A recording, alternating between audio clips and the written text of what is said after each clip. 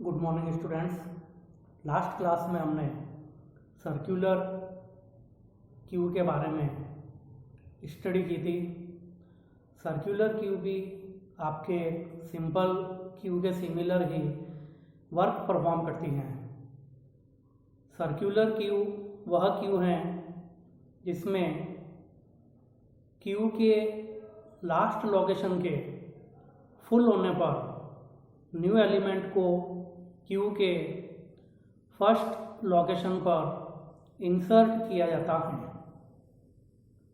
Circular queue में element को insert करना पॉसिबल है यदि और केवल यदि क्यू में लोकेशंस और स्लॉट एम्प्टी हैं। तो सर्कुलर क्यू वह है जिसमें लास्ट एलिमेंट के जस्ट बाद फर्स्ट एलिमेंट को इंसर्ट किया जाता है। तो स्टूडेंट्स, ये इंट्रोडक्शन पार्ट अपन ने सर्कुलर क्यू के अंदर रीड किया था। सर्कुलर क्यू में भी क्यू के सिमिलर 2 ऑपरेशंस परफॉर्म किए जाते हैं। First operation insertion operation and second operation deletion operation.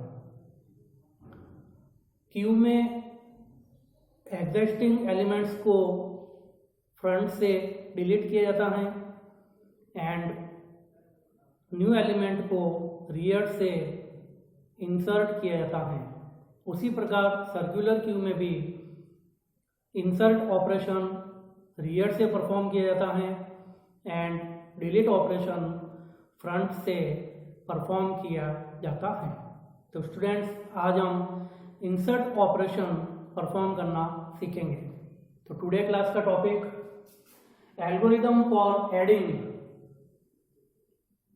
Oblique insertion an element in a circular queue.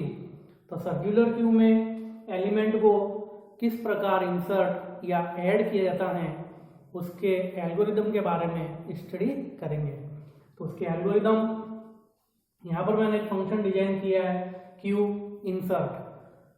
Q के अंदर न्यू एलिमेंट इंसर्ट करेंगे तो यहाँ पर अपन को 2 प्रोसीजर की नीड होगी। First, Q max size, means आप क्यू में कितने नंबर ऑफ एलिमेंट्स को स्टोर करना चाहते हो वह मैक्स साइज आपको पहले से डिफाइन करनी होती है। और कॉमा आइटम, मीन्स क्यू में आप कौन कौन से एलिमेंट्स को स्टोर करोगे उसके लिए आइटम वेरिएबल का यूज किया जाता है। Step 1, if front equal to rear plus 1 modulus operator max size. तो स्टूडेंट्स, मॉड्यूलस ऑपरेटर आपने पढ़ा हुआ है। Modulus operator return the remainder को रिटर्न करने का वर्क परफॉर्म करता है। तो अगर इसमें लिखी गई आपकी ये कंडीशन ट्रू हो जाती है तो इसमें लिखा गया स्टेटमेंट आपका एग्जीक्यूट होगा और लिखा हुआ आ जाएगा क्यू ओवरफ्लो एंड एग्जिट। तो अगर आपकी फ्रंट की value rear plus 1 mode max size के बराबर होती है तो आपकी क्यू ओवरफ्लो हो जाएगी, अपन उससे एग्जिट हो जाएंगे। में अगर फर्स्ट कंडीशन फॉल्स हो जाती है तो आपके प्रोग्राम का कंट्रोल ट्रांसफर होकर एल्स पार्ट में आएगा। एल्स पार्ट में आने के बाद टेक द वैल्यू, आप क्या वैल्यू इंसर्ट करना चाहते हो वो वैल्यू यहाँ से टेक करेगा और अगेन कंडीशन को चेक करेगा इफ फ्रंट इक्वल टू -1। अगर यह कंडीशन आपकी ट्रू होती है तो इस सिचुएशन में स्टूडेंट्स, मैंने आपको बता रखा है कि फ्रंट इक्वल टू 0 और रियर इक्वल टू 0 सेट कर दिया जाता है। तो इफ फ्रंट इक्वल टू -1 होगा तो set front equal to rear equal to 0। तो फ्रंट और रियर दोनों वेरिएबल के अंदर क्या सेट कर दिया जाएगा, 0।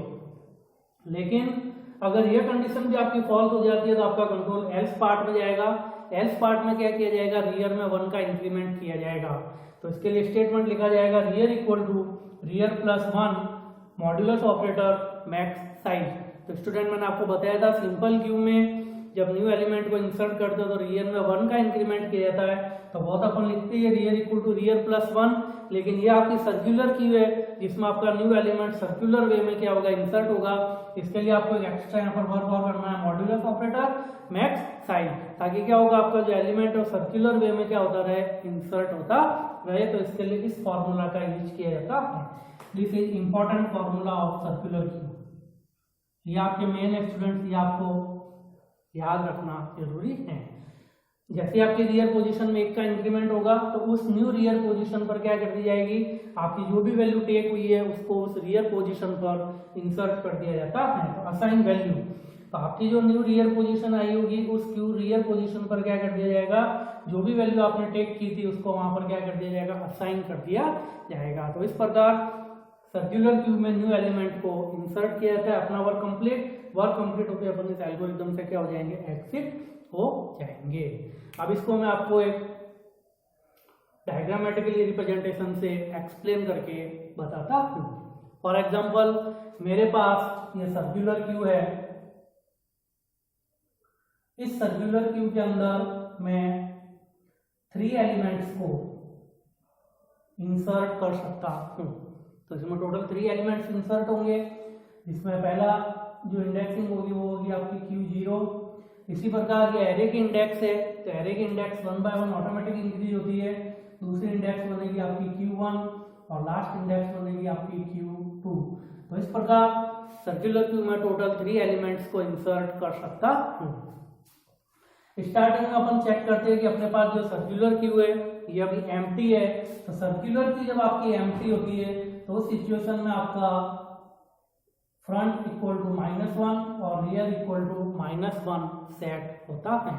तो स्टूडेंट मैंने आपको सिंपल क्यू में भी यही बताया था कि जब अपनी क्यू एम्प्टी होती है तो उस सिचुएशन में फ्रंट इक्वल टू -1 और रियर इक्वल टू -1 सेट कर दिया जाता है, जो रिप्रेजेंट करता है कि क्यू एम्प्टी है। अब इन क्यू में अपन को क्या क्या एलिमेंट इंसर्ट करने हैं वो मैं आपको लिख देता हूं। इंसर्ट एलिमेंट्स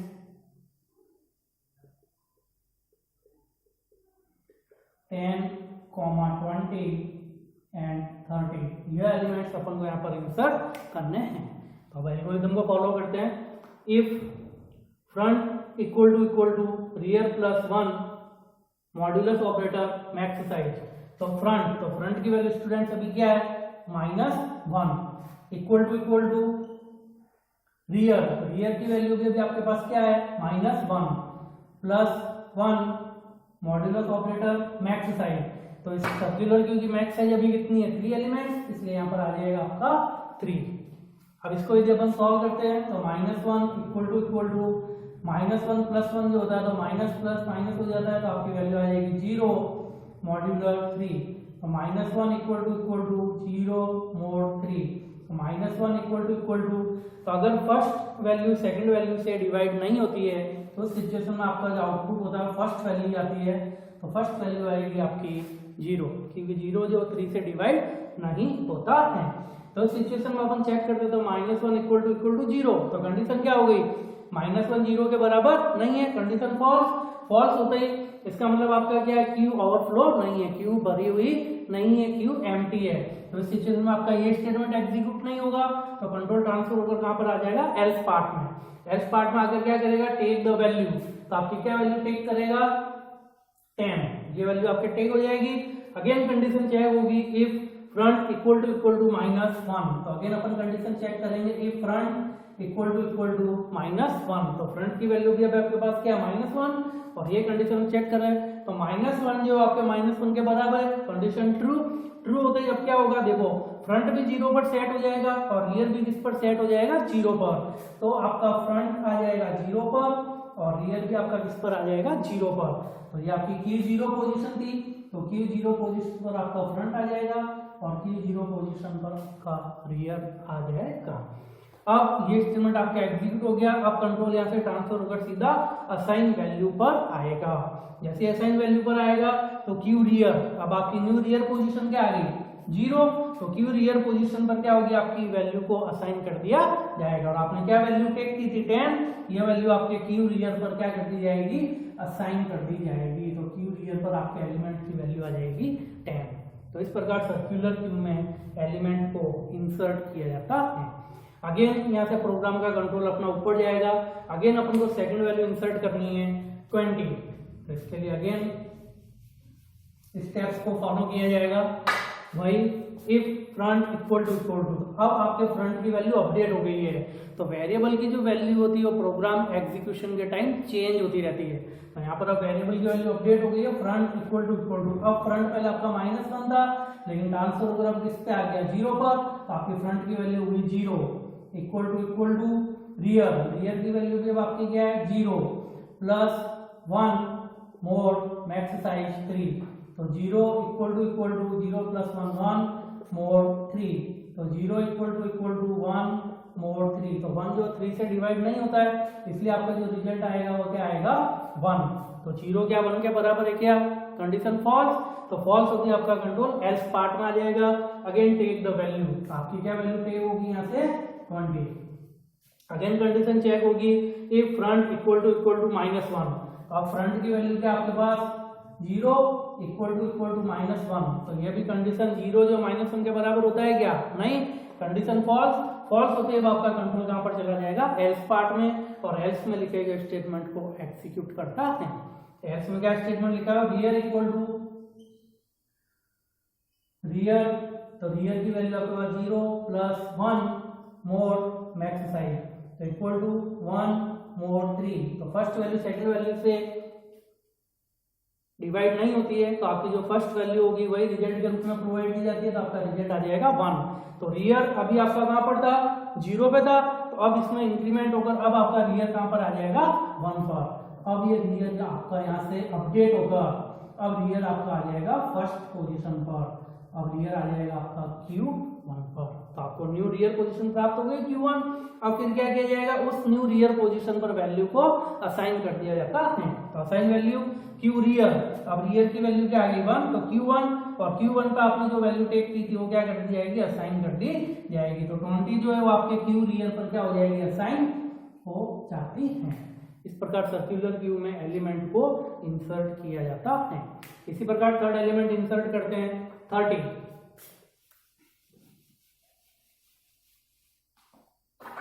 तो अगेन इन स्टेप्स को फॉलो किया जाएगा। फ्रंट इक्वल टू फ्रंट आपका 0 पर है, इक्वल टू रियर अब आपका आ गया 1 पर, प्लस 1 मोर 3। तो 0 इक्वल टू 1 प्लस 1 2 मोर 3। तो 0 इक्वल टू 2।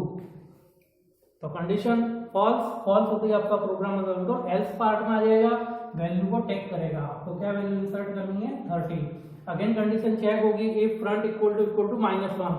तो आपका फ्रंट अभी कहां पर है 0 पर, equal to -1। Again condition false होती है आपका कंट्रोल वापस एल्स पार्ट में आ जाएगा, और एल्स पार्ट में आगे रियर की वैल्यू इंक्रीज हो जाएगी। रियर इक्वल टू रियर कहां पर था 1 पर, प्लस 1 मोर 3 इक्वल टू 2 मोर 3। तो फर्स्ट वैल्यू सेकंड वैल्यू से डिवाइड नहीं हो रही है, तो आपका r की वैल्यू आ जाएगी 2। तो अब रियर पोजीशन है अगेन अपडेट हो गई। अभी रियर पोजीशन आपकी 1 पर थी, अब 1 का इंक्रीमेंट हुआ तो रियर पोजीशन आपकी अपडेट हो गई। अपडेट होते जब आपका जो रियर है वो 1 से मूव होकर कहां पर आ जाएगा 2 पर आ जाएगा। तो रियर पोजीशन न्यू प्राप्त हो गई Q रियर। तो Q रियर आपके पास क्या आ गया 2, और उस पर फिर आपने जो वैल्यू टेक की थी वो इंसर्ट कर दी जाएगी 30। तो आपके न्यू रियर पोजीशन पर इंसर्ट कर दिया जाएगा 30। तो इस प्रकार से 1 by 1 Q rear circular queue में एलिमेंट को इंसर्ट किया जाता है। अगेन अब मैं आपको बोलता हूँ कि 40 इंसर्ट कीजिए। अब अपन यहाँ पर क्या इंसर्ट करते हैं 40। तो चेक करते हैं कि क्या आपका इस सर्कुलर व्यू में 40 इंसर्ट होगा क्या। अब अपन चेक करते हैं यहाँ पर इफ फ्रंट इक्वल टू तो अभी आपका फ्रंट 0 पर है, इक्वल टू रियर कितने पे आ गया आपका 2 पर, प्लस 1 मोर 3। तो 0 इक्वल टू 3 मोर 3, और 3 को 3 से डिवाइड करते तो रिमाइंडर कितना आता है 0। तो 0 के बराबर हो गया। तो जैसे ही 0 के बराबर हो तो कंडीशन ट्रू हो, तो इसके नीचे लिखा गया स्टेटमेंट एग्जीक्यूट हो जाएगा आपका right Q overflow and exit. तो Q जो है वो आपकी क्या हो गई, ओवरफ्लो हो गई, फुल हो गई। अब इससे आप क्या हो जाओ, एग्जिट हो जाओ। तो देखो स्टूडेंट्स अपनी जो Q फुल हो गई, इससे अब अपन क्या हो जाएंगे, एग्जिट हो जाएंगे।